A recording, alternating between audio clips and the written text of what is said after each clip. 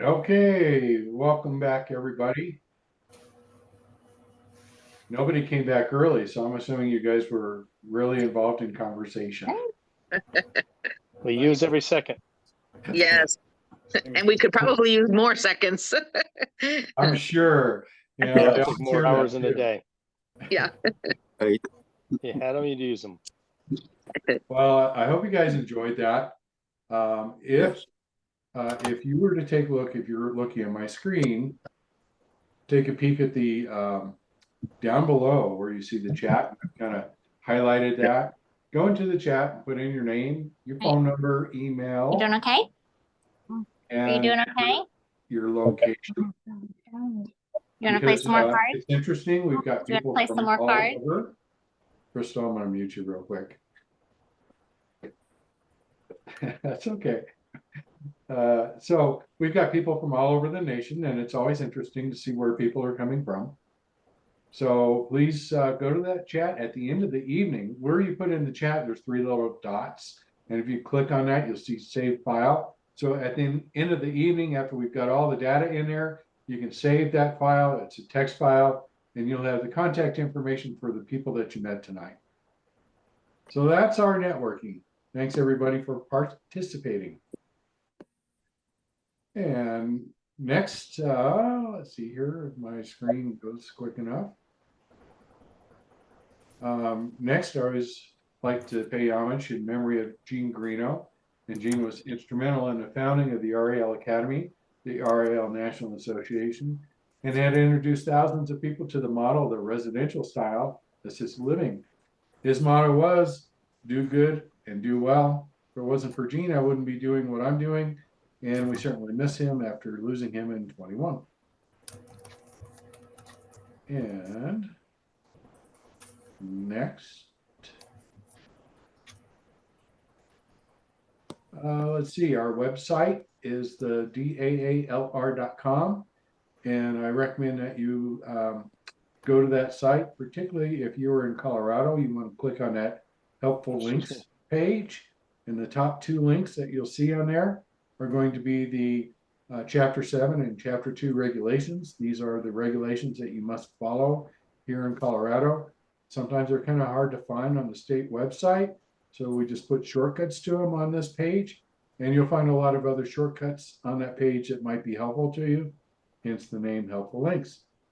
Also on that on that page, we have links to our Facebook page and our meetup page.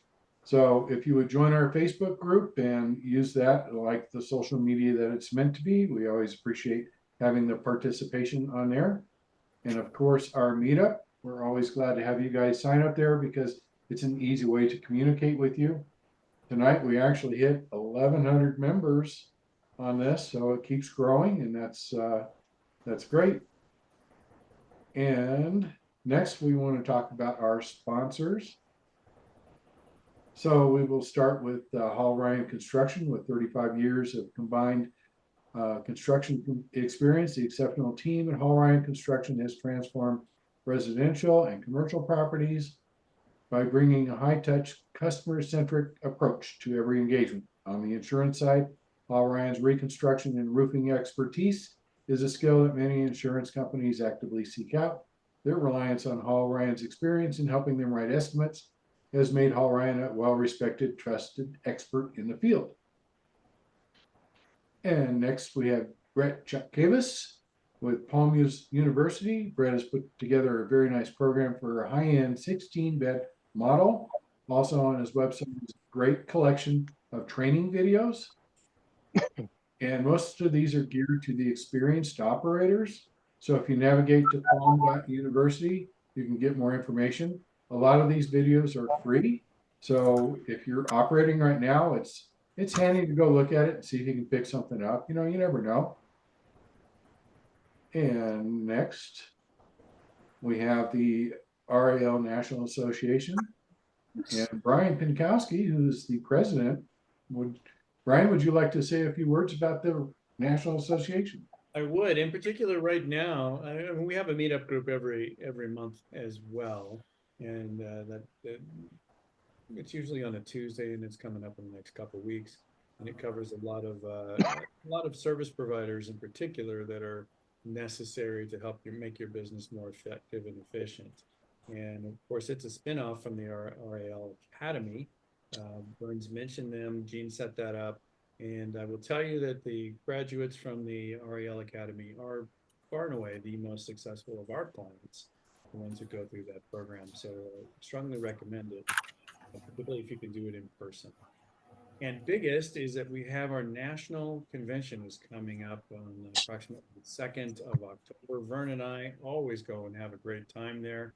And I strongly recommend you to attend because you're going to meet other business owners in all stages of their assisted living life, from people who are just looking at it and looking for partners and trying to understand how real this is, to people who are growing and expanding and want to have partners, to people who've been in the business for a while and are just looking at ways to make their business more effective.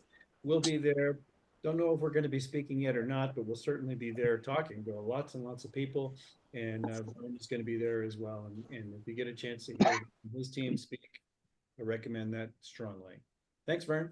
You bet. And there is a link on our front page of the website with a discount to that the REL National Conference. It's called RALNet Con 24. And that is, I believe, October 3rd to the 5th. So just go to our website, dollar.com, and scroll down. You'll see some information about it. And there is a discount. I don't recall how much it is. I think it's $100 discount off of a $400 or $500 ticket. So that's 20% off that we can help you save. And next we have the Residential Assisted Living Academy. If you're new to assisted living, then I recommend going through this course. This is basic training for running assisted living. And you can see them. We have a link to it directly up here, RAL Academy.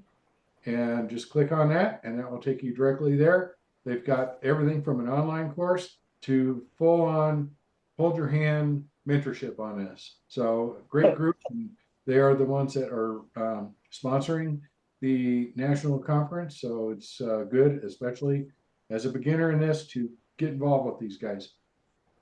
And next we have assisted living marketing. With more than a decade of experience, they have customized services that work for small, large, and multi-location communities. Assisted living marketing is your trusted partner for digital and print marketing in the assisted living industry.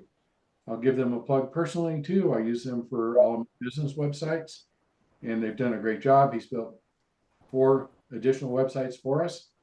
So Peter's been very responsive, and I've been working with web guys for, 15, 20 years now. And he's the most responsive guy I've ever worked with in that industry. So Peter Brissett, assistedlivingmarketing.com. And next we have Senior Care Administrator Coaching, LLC. This is Janet Cornell. She occasionally speaks here at our group, and Janet provides consulting for your assisted living home.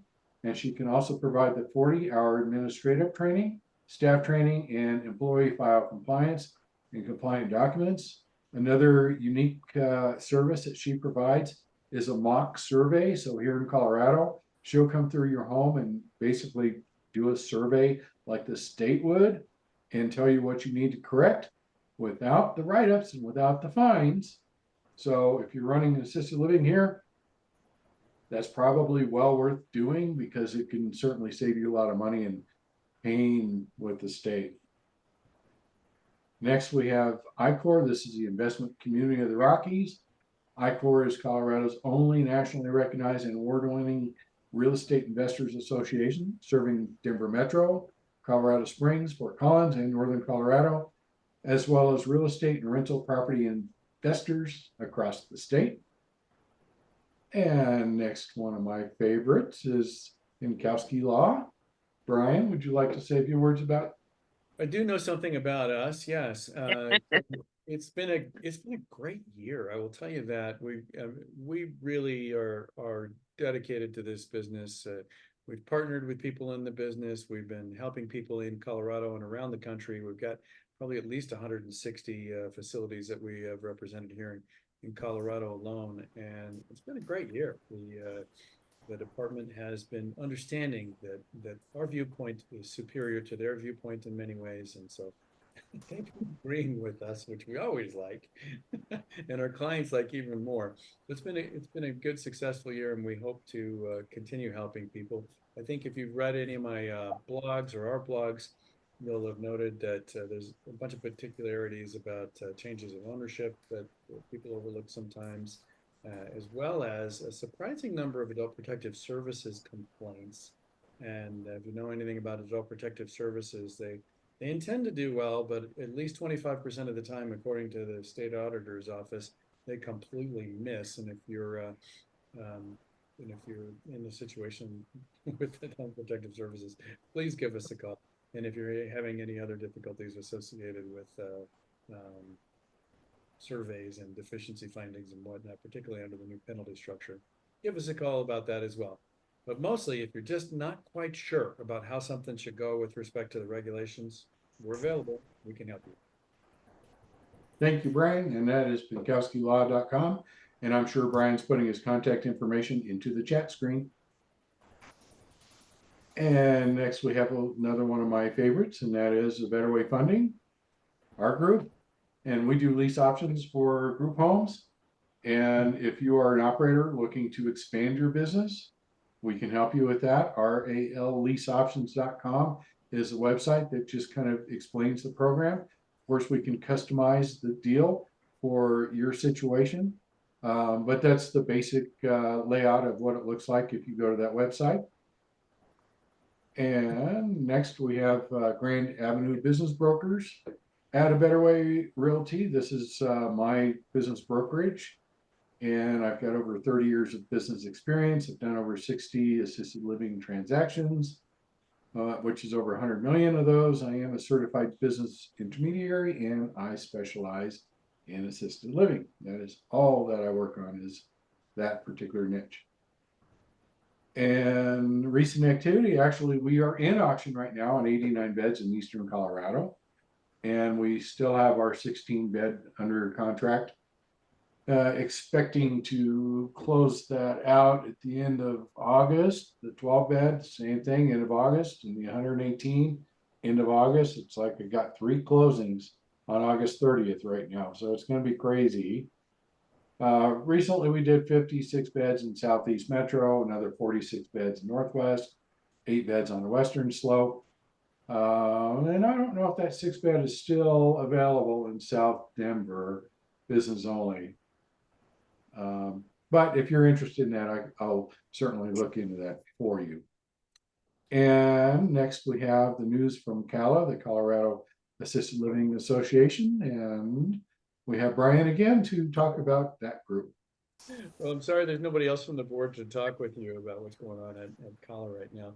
We're kind of in between times right now. The legislative session is over, and we're kind of retooling for what's happening next year. I will tell you that next week we're going to be doing a training on the involuntary discharge regulations, and I'm going to be running that with Rachel. So it'll be a fun thing to participate in. So if you're a member, you'll be able to participate in that. And it's going to be fun. We've had a number of interesting challenges come up as a result of the new involuntary discharge regulations. And so if you've got questions about that, it's a great place to learn something. Thanks, Brian. Thank you, Brian. So if you have an assisted living here in Colorado, CALA is a good group to be a part of. They're very strong advocates legislatively for you.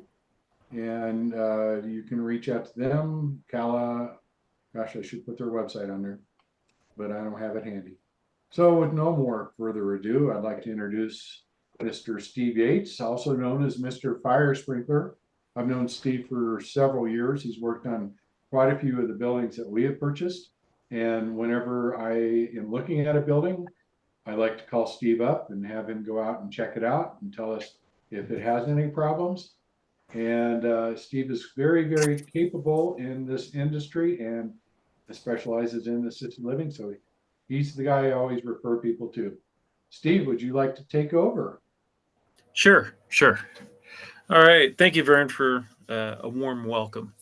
I would like to kind of cover a few things tonight, primarily to help you guys know what questions you need to answer before you actually start spending your money in purchasing a property or things like that. Tonight, Randy Chavez with security alarm electronics was supposed to be in the meeting tonight, but he has a severe case of bronchitis.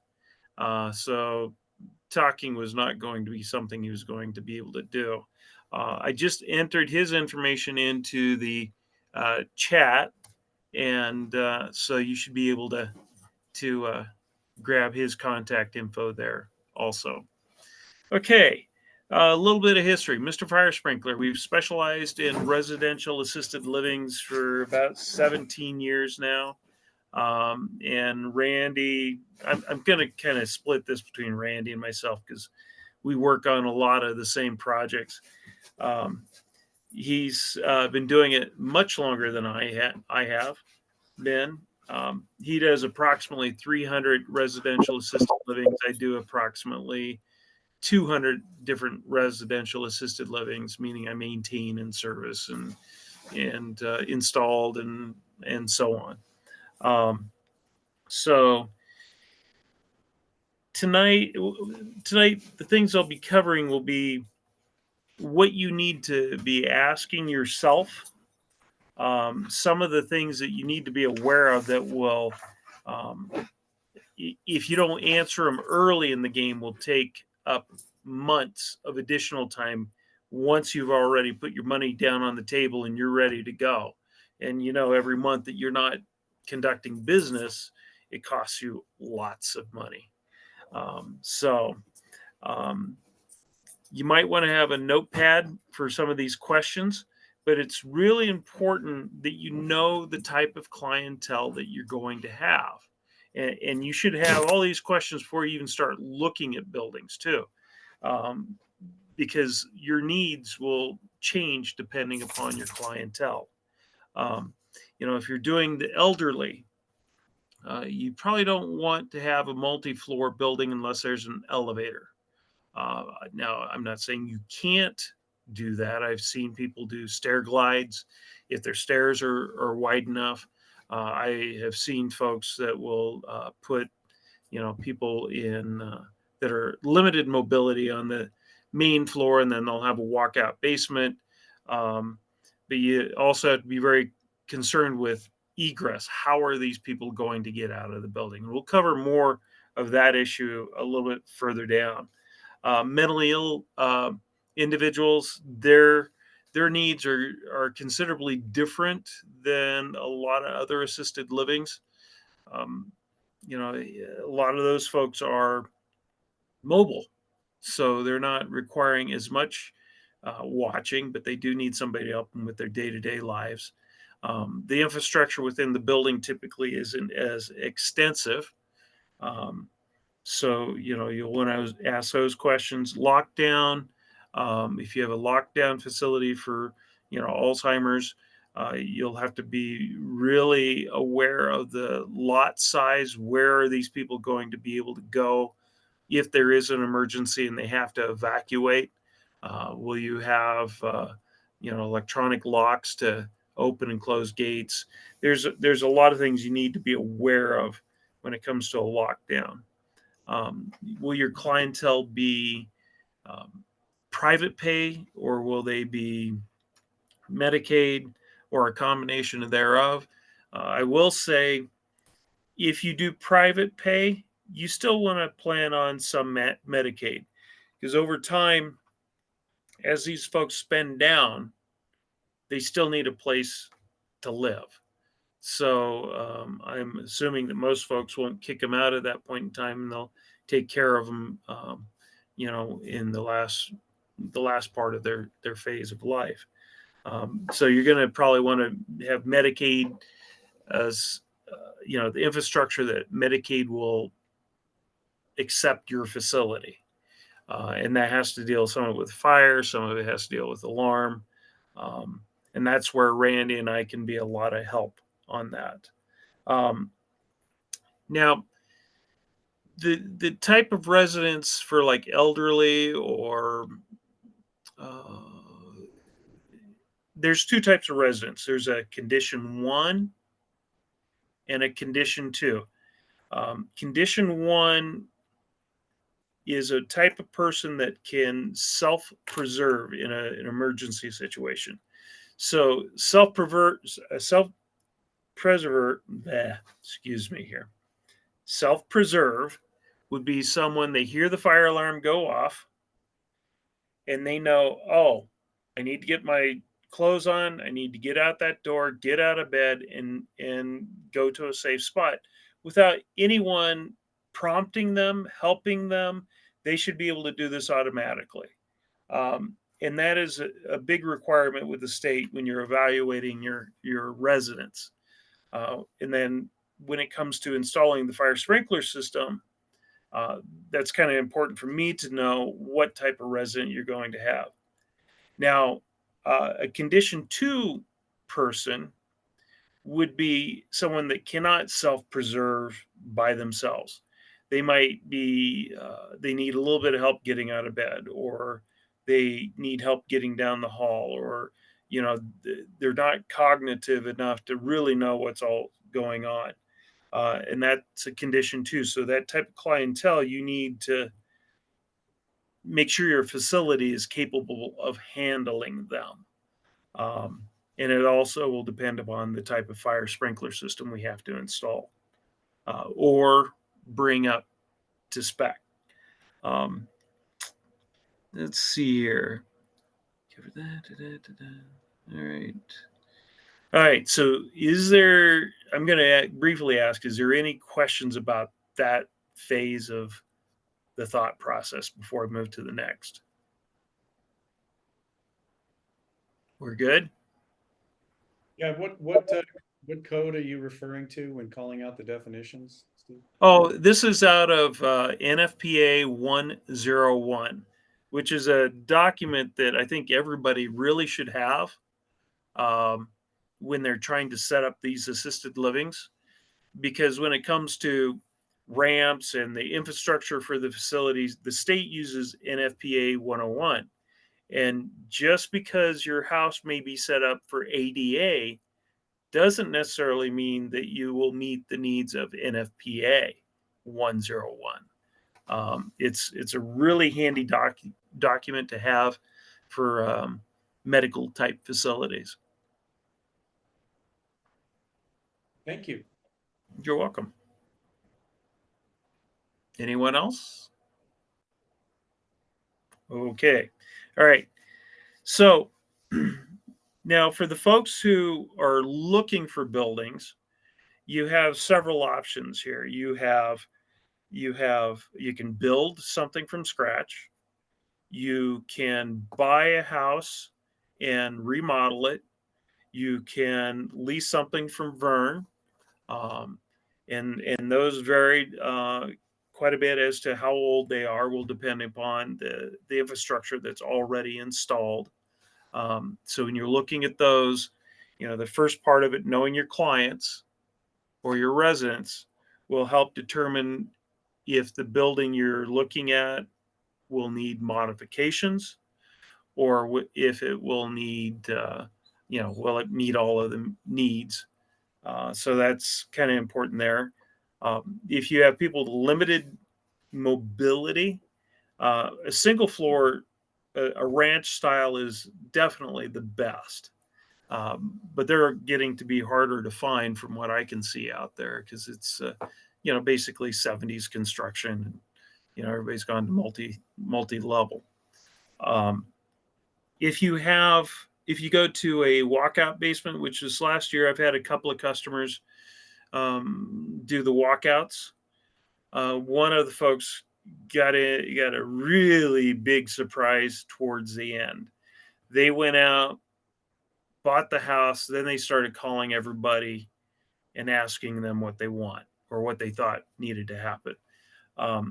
To get out of their backyard, it was a pretty steep ramp that they'd have to go up. And I'd mentioned to him, you're going to have to do a ramp not just a straight ramp, but one that meets the 12-to-1 ratio on it. I don't know how much they ended up having to pay for that ramp in the backyard, but I would say at least $30,000 because they had to go up a pretty steep grade. So when you're looking at the property, you got to think about not just what's on the inside, but what's on the outside. How are people going to get out of the place if there's a bad scenario? If you're thinking you're going to do a stair glide to get people up and down the stairs, you will have to take in consideration how wide the stairs are. If they're not wide enough to allow for traffic with the stair glide and normal access, you'll never get accepted. So you'll either not put people downstairs or you're going to have to widen the stairs. Either one of those options will cost you considerable sums of money one way or another. So here again, know your clientele, know the structure that you're going to be putting them in and what your requirements are going to be. Let's see here. If now some folks have elected to put in an elevator, and that is a great way of dealing with that particular issue. Elevators are expensive. And it opens up a whole new code, a bunch of code that you're going to have to consider when you're installing fire sprinklers, alarm, and various other trades. If you can get by with doing a lift versus an elevator, you could save yourself considerable sums of money. And the difference between an elevator is elevators are enclosed.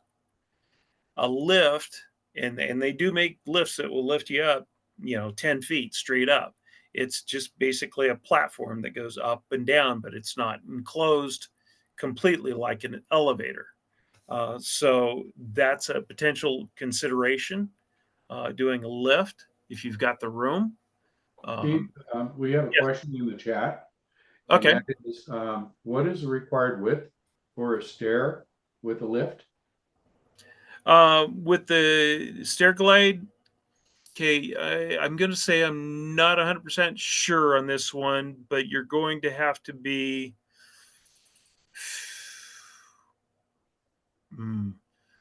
I don't want to say, but it's going to have to be more than your 32 inches or your 38 inches, because the stair glide is going to take up an easy 24 inches of that stair.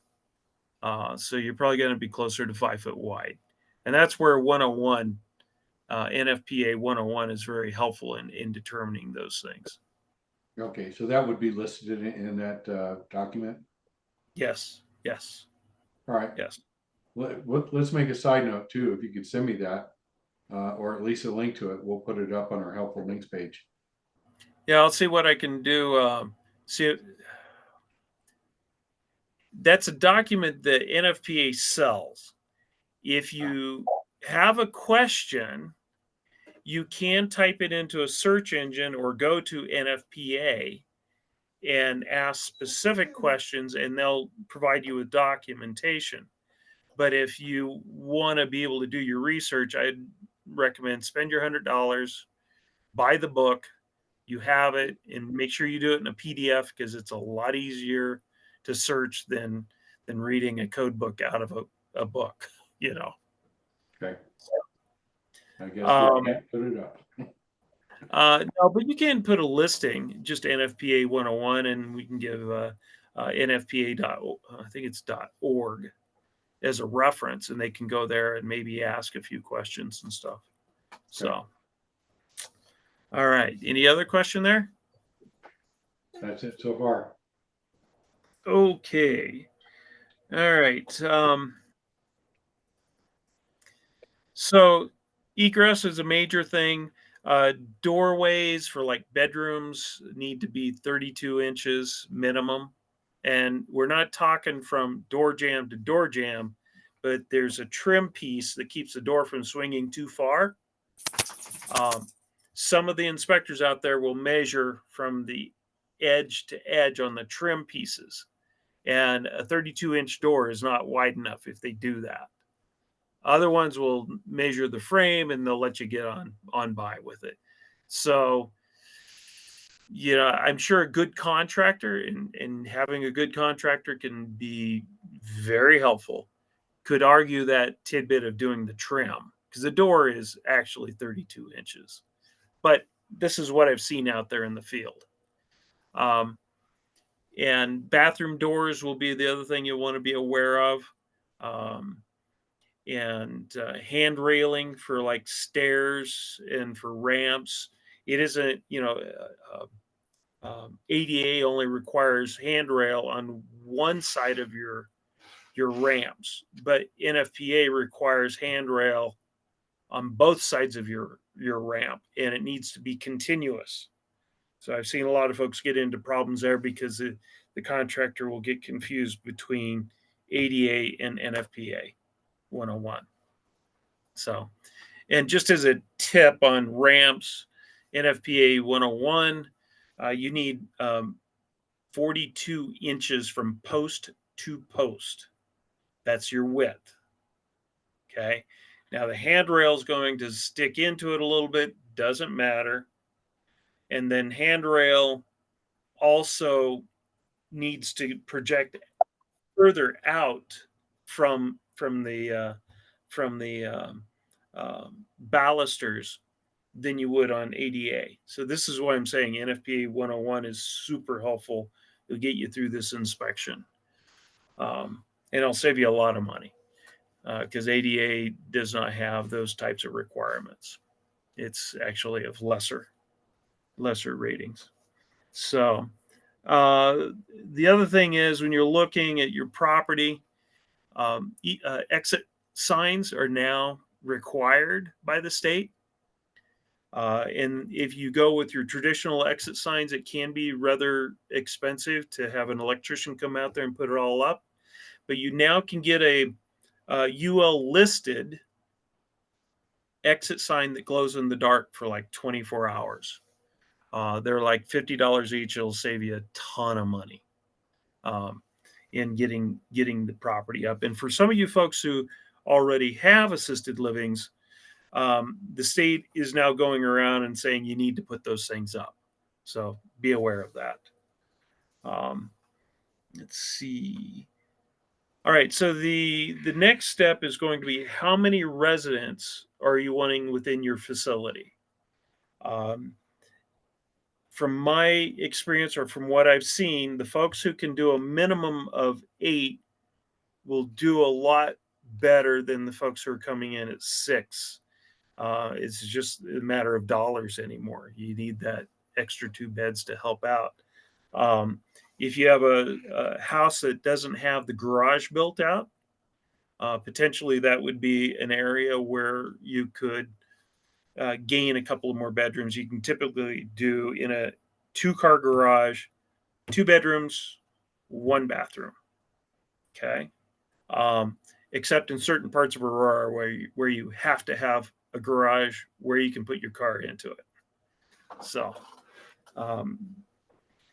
then for 16-bed facilities would be the largest you can do and still keep it as a residential type facility. When you do 17 beds plus, you are now going into institutional requirements, which adds a whole lot of money to the construction cost. To give you an example, just on one of my projects, they almost had to do a kitchen hood system. And then with it being a commercial kitchen hood, they have to change out the ventilator, the HVAC, and it's going to cost them about $40,000 extra just to meet that part of the I requirement. Then we were going to have to sprinkle the attic, which doubled the cost of fire sprinklers. And in that situation, it was going to take it from about $32,000 to about $65,000 for the fire sprinkler system. So once you go past that 16 beds, 17 plus, you have additional costs. Now, with what Vern is working with on these different properties where they've already gone through all of that, it might be a better way of getting into a larger facility because a lot of those costs have been handled. You may have to do some minor updates, but it might be a better way than trying to build from scratch unless you've got a good piece of land and a really good contractor. And the other things that you need to be aware of, and this affects the fire sprinkler system, it also affects your residents in rooms. So if you have dual occupancy, the state has a requirement, or health department has a requirement that each person within that room has privacy. So you're going to have to somehow divide that bedroom up where you can have a curtain come across and give that person privacy. But not just any old curtain will work. Because if you think about it, fire sprinkler systems in those rooms, when they go off, they spray. And the idea is to spray the walls up high. So it wets all the walls so the fire has nothing to climb up onto. But if you have a drape that goes from floor to ceiling, it blocks half of the room because a lot of these rooms only have one sprinkler head. So you'll want to use a hospital type of curtain where it has that mesh at the top.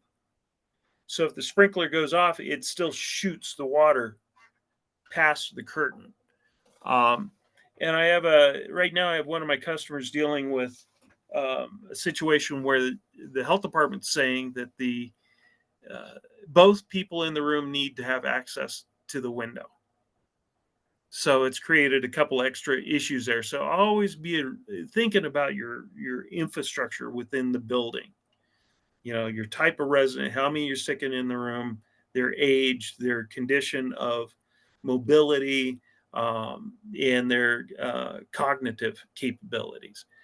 If you keep all of that stuff in mind and realize this is a business, not your personal home, things go a lot smoother. A lot of the folks I find that their first house, they want it to be this great place that, you know, they would want their mom to live in, which is great ideals. But a lot of those things don't necessarily agree with the health department's requirements or the fire department's requirements. So you really have to step back and look at it as if it's a business, not your personal home. Okay. And that'll help you get through all of the regulations and all of the things you have to do with a whole lot less anguish. So that's where we go there. Let's see. All right. There's a couple of other things you need to be aware of, especially if you're building from scratch. Some of the new code requires a fire hydrant within 150 feet of the building. So some of the customers I've had, they've had issues where they've had to pay for a fire hydrant to be put in. Okay. It can be a spendy little thing. But depending on the fire district, you can have a little bit of wiggle room because that fire hydrant, they want to use it for public purposes. But you just paid for a fire hydrant, so that should be your fire hydrant exclusively. South Metro will not listen to that argument. The state will support you in that argument, but South Metro will not. So just kind of be aware of that when you're looking at your lot or your property. How far away is the fire hydrant from the property? So just be aware of that. Let's see. We do have another question in the chat. It is having two windows may work for the bigger homes for shared rooms, but residential, it is more impossible. How do you work with that?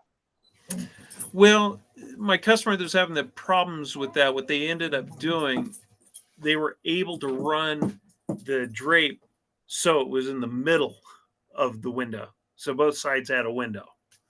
Fortunately, it did work for them. That doesn't work in every room. So, let's see. Now, I won't get into the nitty gritties of the difference between the different fire sprinkler systems because I will just turn your eyes and you get glazed over thinking about it. But if you are looking at doing a condition 1 residency, where people can self-preserve, it has been possible to do what's called a 13D system with a pump and tank, which is the most cost-effective way of putting in a fire sprinkler system. But Denver Water has now put a hitch into that. They're not allowing any, okay, let's back up here. Any place where they supply water, which could be Littleton, Centennial, I mean, just a lot of different areas, they're saying that you can no longer use pump and tanks if they're getting Denver water. You have to bring your water in through a fire line. Okay. Now they are making it so they'll provide you with a 1-inch domestic line, which if they have sufficient pressure, it probably could work. We would have to have some additional conversations with the state because they typically say if you're doing a fire line, you have to have a fire line. You're not splitting it between domestic and fire. But in that scenario, I think we might be able to get a little sway with the state as long as we're meeting the necessary calcs. And what are you seeing that add to the cost for an inch or an inch and a half tap? Is that what we're talking about? Yeah, I mean, the inch tap, Denver said you can do an inch line, no additional charge. You will have to pay for the difference in the cost of an inch water meter. And of course, you have to provide the copper and everything for the inch domestic line. So that isn't too bad. But the minute we go to a condition 2 resident, then that changes the whole scenario because we have to do a fire line. It's a 2-inch line, and that will add approximately $20,000 to $25,000 onto the cost of the fire sprinkler. Wow, so it could double the cost.